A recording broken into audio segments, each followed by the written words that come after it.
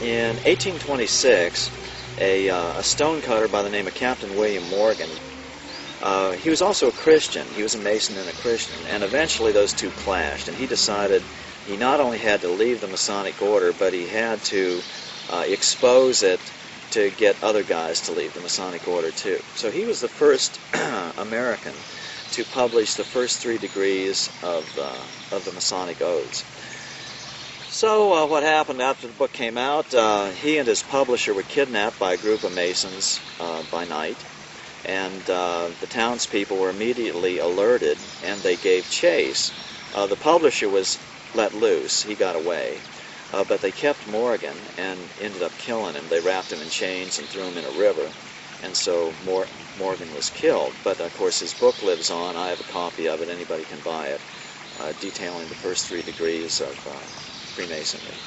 But the results of that were very dramatic. This was in New York, close to Niagara Falls, and it caused even an entire political party nationwide to spring up, the Anti-Masonic Party, which did battle and was directly opposed to Jefferson's Republican Party, and even ran a candidate for president. They got many people in several states elected to Congress, and generally were a major force on the scene for decades to come, decades into the future. On that Anti-Masonic Party, I've heard from another source that it was later discovered that the Anti-Mason Party was being run by Masons. Any truth to that? Was the Anti-Masonic Party being run by Masons? I don't know the facts, but it wouldn't surprise me at all, because Masons love to infiltrate organizations. I mean, they've infiltrated the major religions in this country to where we went to a church in Upperville, Virginia for a while, and after the pastor learned that I was doing this book, he came out and said, yeah, you know, I was a Mason, and I came out, I started speaking out against it from the pulpit, and my career plummeted from that point.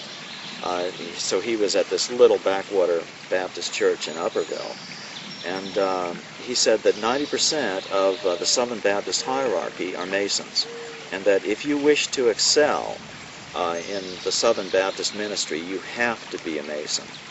He said the same was true of, I believe, both Lutherans and Methodists, that he estimated that it was 90% Masonically infiltrated at that point. So that's pretty tough. Now, not all these guys are of evil intent. You know, probably the vast majority have just gone through the first 3 degrees.